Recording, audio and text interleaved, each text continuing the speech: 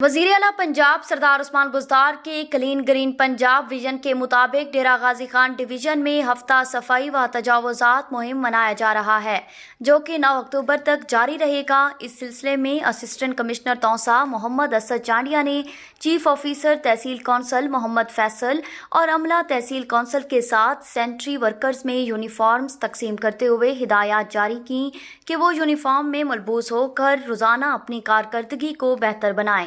इस सिलसिले में पुलिस खिदमत मरकज तौसा से कलमा चौक तक आगाही वाक का भी इनाकाद किया गया।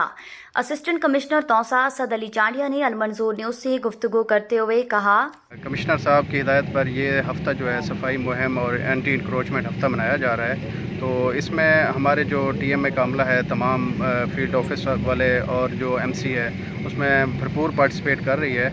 हमारी डेली बेसिस पे 2000 प्लस एक्टिविटीज़ परफॉर्म हो रही हैं। जहाँ एंटी इंक्रोचमेंट की एक्टिविटी है वो हम कर रहे हैं, वहाँ पे फ़ाइन भी लगा रहे हैं, FIR भी दे रहे हैं। और जहाँ पे सफाई का इशू है, पब्लिक भी हमसे कोऑपरेट कर रही है, उसमें हमारा भी अमला शामिल है और कम्युनिटी के लोग भी शामिल हैं। कुछ सफाई वो कर लेते हैं, कुछ हम कर रहे हैं। तो इंशाल्लाह ये हफ़्ता कामयाबी के साथ मनाया जाएगा।